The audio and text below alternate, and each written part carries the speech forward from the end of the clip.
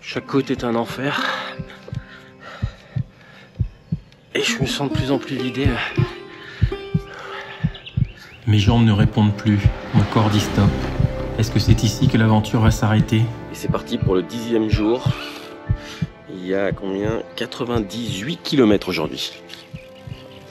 De prévu, en espérant pas crever. Allez, c'est parti.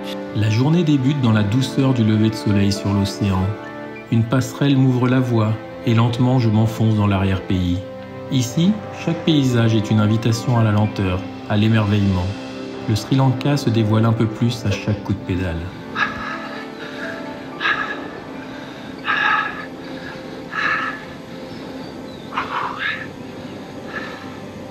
Il est 6h25, ça fait 20 minutes que je suis parti et je me suis fait presque mordre là par un chien. Et ils m'ont coursé et puis en plus comme ça redescendait après, j'ai accéléré. J'ai commencé en haut d'une côte mais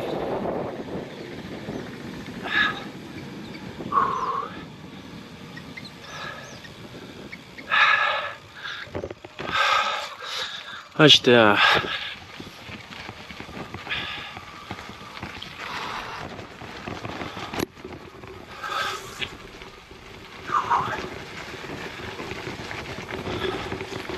J'étais à plus de 50 et continuer.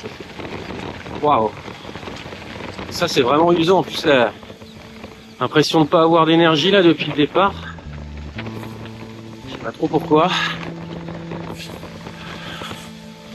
Ah, ça m'a vraiment coupé les jambes là.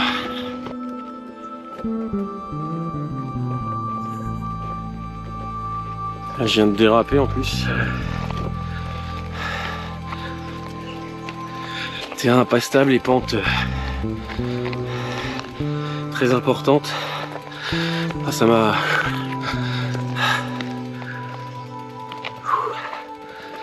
vraiment éteint. Enfin bon, je l'étais déjà depuis le départ. Je comprenais pas trop ce qui se passait.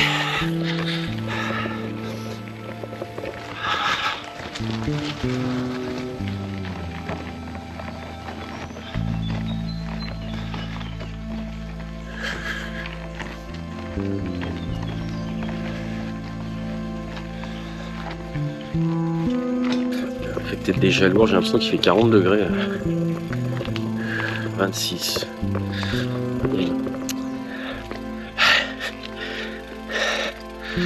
Un truc qui fonctionne pas bien. J'avais très soif hier. J'étais pas assez hydraté hier. J'ai acheté une grande bouteille mais j'ai pas tout bu. Ça m'a permis de remplir les bidons ce matin mais c'est peut-être ça. Je vais essayer de me forcer à boire là. Bon, j'espérais que ça passe mais là, ça fait 1 heure. Ouais, les côtes ça devient... Chaque côte est un enfer. Et je me sens de plus en plus vidé là.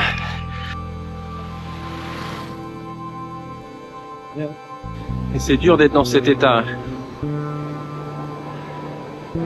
Surtout dès le matin comme ça, sans comprendre. Juste très fatigué, sans force. C'est un cercle vicieux parce que plus t'es mal et plus dès que tu vois la route un peu s'élever, t'appréhendes. Et plus t'appréhendes, plus t'es mal. Allez, positif. Déjà fait 20 km quand même. Allez, une côte de franchie, c'est une côte de moins à faire. Morning.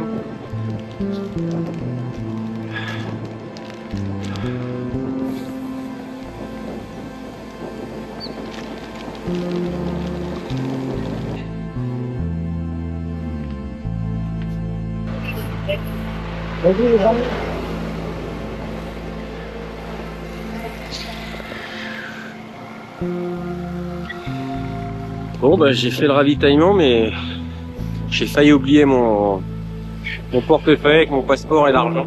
Je suis en train de partir et le monsieur m'a rappelé. Heureusement, je vais essayer de...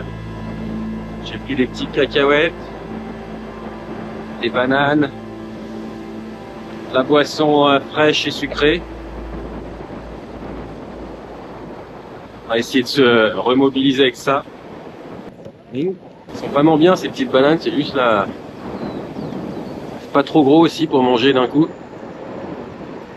Manger m'a redonné un peu d'énergie, mais l'oubli de mon portefeuille m'a rappelé que je devais rester lucide si je voulais aller au bout.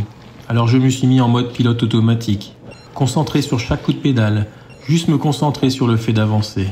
Parce que cette journée s'annonce longue, très longue, et ici on ne sait jamais ce qui se cache après le prochain virage. Et d'autres surprises m'attendent plus loin.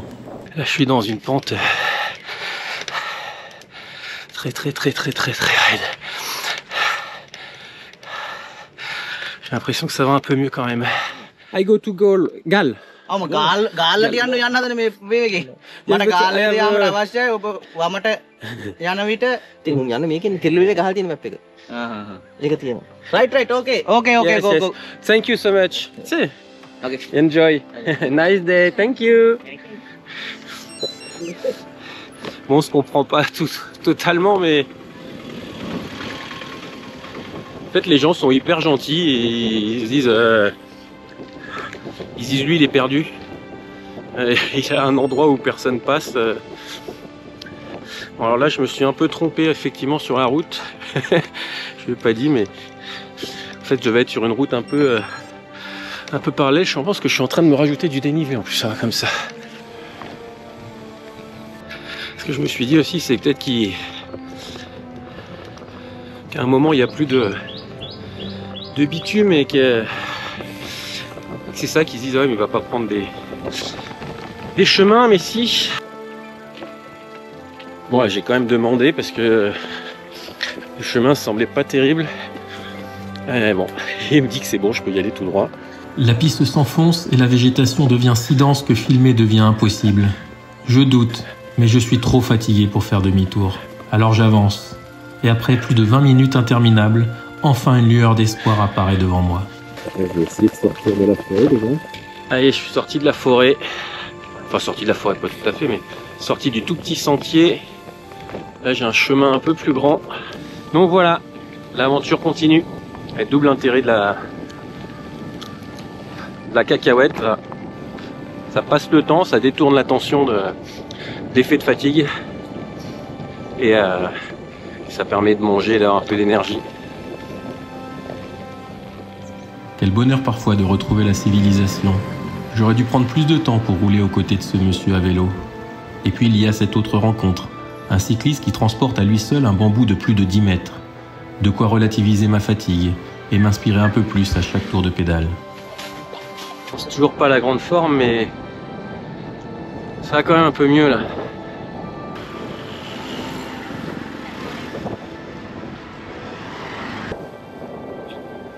Une bonne glace, ça peut que aller mieux.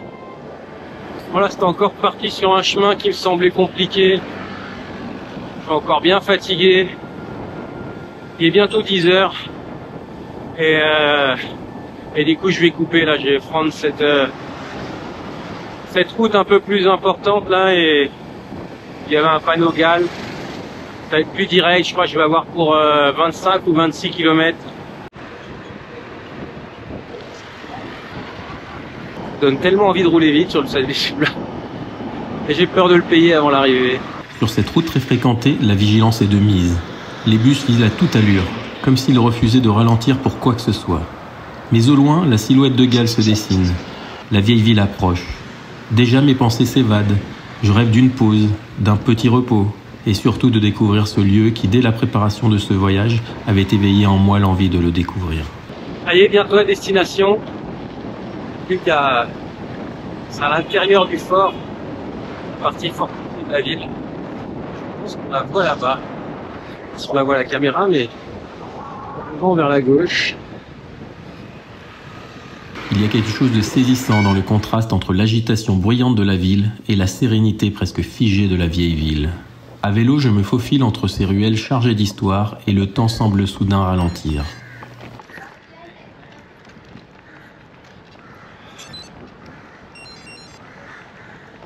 Un côté très paisible ici.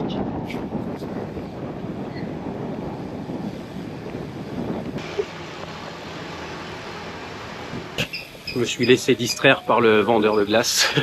J'ai hésité.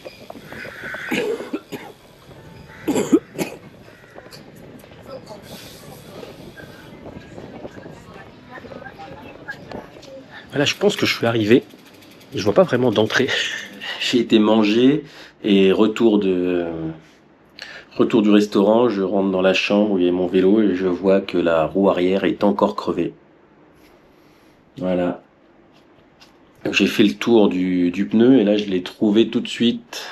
Le problème, il y avait un silex ou un bout de verre. J'ai remis un patch. J'ai gardé la même chambre à air. Et là j'ai presque fini de remonter. Et puis pof. Voilà. On va regonfler, remonter et j'espère que ce sera la dernière cette fois. Voilà, c'est réparé. Prêt à repartir demain. Le vélo réparé, je pars à la découverte de Galles. Je commence par longer les remparts, ceux qui ceinturent la vieille ville et suivent les courbes du littoral. Puis je redescends me perdre dans le dédale des ruelles, là où chaque détour semble murmurer une histoire. Très vite, la lumière décline. Je me dis qu'il sera bientôt temps de redécouvrir les ruelles à la lueur des lampadaires. En attendant, je remonte sur les remparts, le regard tourné vers l'horizon, prêt à savourer le spectacle du soleil qui s'éteint lentement sur l'immensité de l'océan.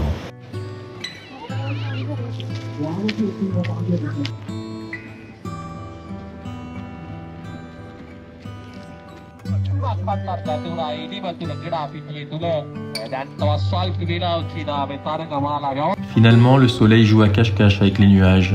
J'en profite encore un peu, le regard perdu entre ciel et mer, pendant que les premiers stands de street food s'installent. Un plat dégusté sur le pouce, quelques saveurs nouvelles et il est déjà l'heure de rentrer. Demain, je reprends la route, cap sur Kalutara.